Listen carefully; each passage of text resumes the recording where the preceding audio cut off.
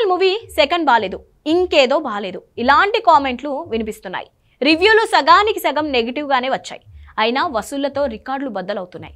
ఒకటి కాదు, రెండు కాదు, కాన్లు కాపుర్ల పాత రికార్డులు బద్దలయ్యాయి. ఇన్ని జరుగుతున్న యానిమల్ మీద ట్రోలింగ్ ఎలా ఉందో ఊహించలేరు.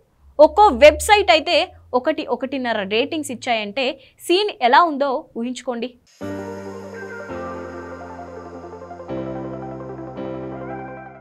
యానిమల్ వల్ల బాలీవుడ్లో ఇప్పటి వరకు దుమ్ము దులిపిన ఖాన్లు, కపూర్లు, ఖన్నాలు, కుమార్ల రికార్డులు బద్దలయ్యాయి. ప్రపంచవ్యాప్తంగా యానిమల్ మొదటి రోజు యుఎస్లో $2.5 మిలియన్ రాబట్టింది.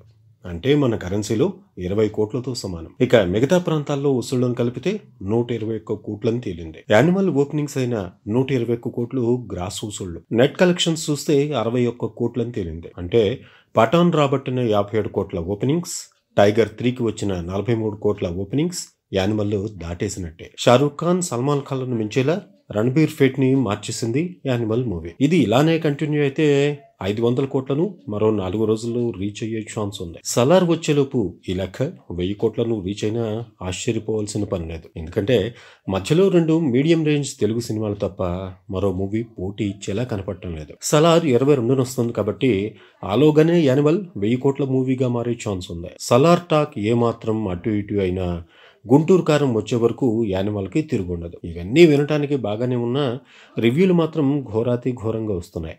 టైమ్స్ ఆఫ్ ఇండియా ఈ మూవీకి 2.5 రేటింగ్ ఇస్తే ఎన్డీటీవీ 1.5 రేటింగే ఇచ్చింది. ఇండియన్ ఎక్స్ప్రెస్ మరీ ఘోరంగా 1 రేటింగ్ ఇవ్వడాన్ని చూస్తే north review writers point of వ్యూలో ఇది డిజాస్టర్ కిందే లెక్క. సో రివ్యూలు రైటా, కలెక్షన్స్ రైటా తేలాలంటే సోమవారం వచ్చే వసూళ్లే కొలమానమవుతుంది. అప్పుడే తేలుతుంది.